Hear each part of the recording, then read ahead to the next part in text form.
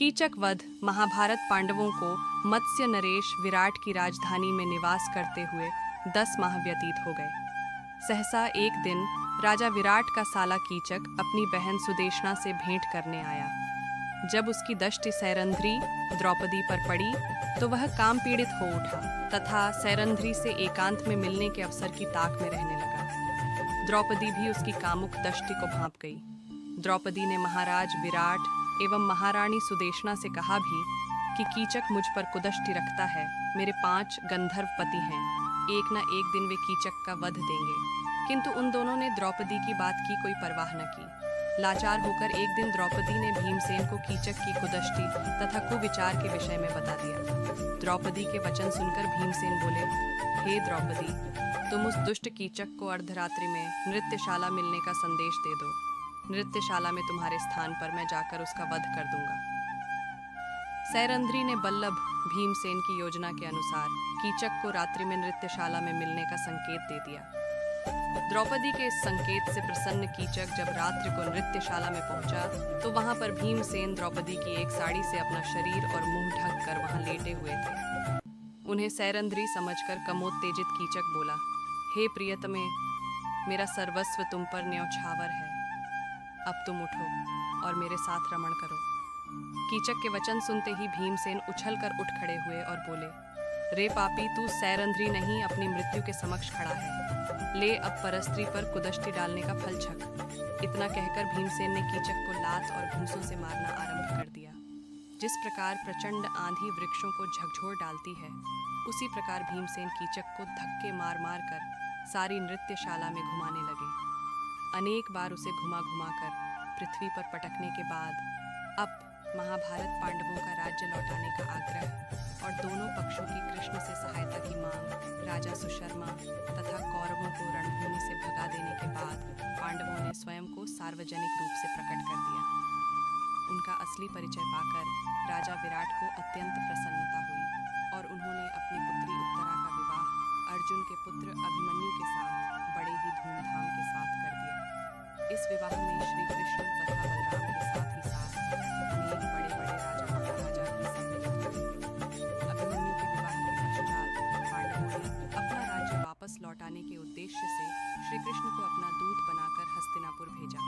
धृतराष्ट्र के राज्य सभा में यथोचित सत्कार और आसन पाने के बाद श्री कृष्ण बोले, हे राजन, पांडवों ने यहाँ उपस्थित सभी गुरुजनों को प्रणाम भेजते हुए कहलाया है कि हमने पूर्व किए करार के अनुसार 12 वर्ष का वनवास तथा 1 वर्ष का अज्ञातवास पूरा कर लिया है।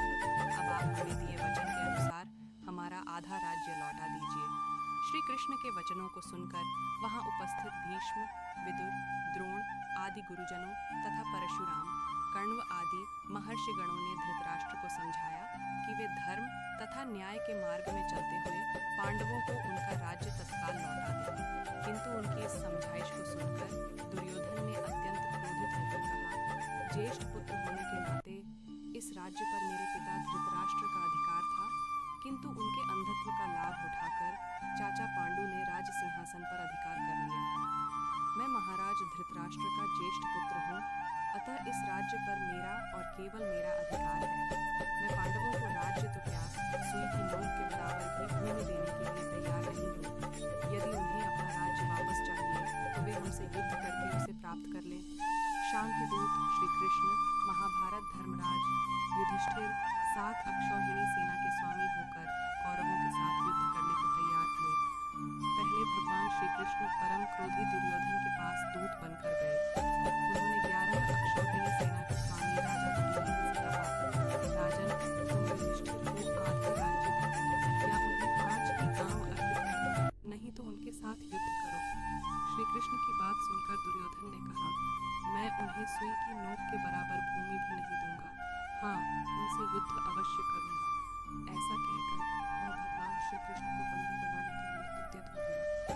उस समय राजसभा में भगवान श्री कृष्ण ने अपने परम दुर्धर्ष अश्वत्थ का दर्शन कराकर दुर्योधन को भयभीत कर दिया। फिर विदुर ने अपने घर में जाकर भगवान का पूजन और सत्कार किया। तदनंतर वे युधिष्ठिर के पास लौट गए और बोले, महाराज, आप दुर्योधन के साथ युद्ध कीजिए। युधिष्ठिर और दुर्योधन की सेनाएं कुरुक्षेत्र के मैदान में जा डटी।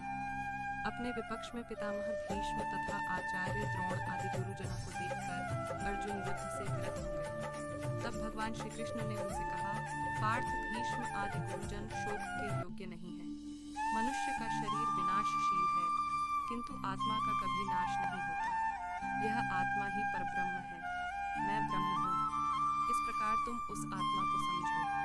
कार्य की सिद्धि और असिद्धि में समान भाव से रहकर कर्म योग का आश्रय ले क्षात्र धर्म का पालन करो। श्री कृष्ण के ऐसा कहने पर अर्जुन रथारूढ़ हो युद्ध में प्रवृत्त हुए। उन्होंने शंखध्वनि की। दुर्योधन की सेना में सबसे पहले पितामह भीष्म सेनापति हुए। पांडवों के सेनापति शिखंडी थे। इन दोनों में भारी युद्ध छिड़ गया। भीष्म सहित कौरव पक्ष के योद्धा उस युद्ध में पांडव पक्ष के सैनिकों पर प्रहार करने लगे।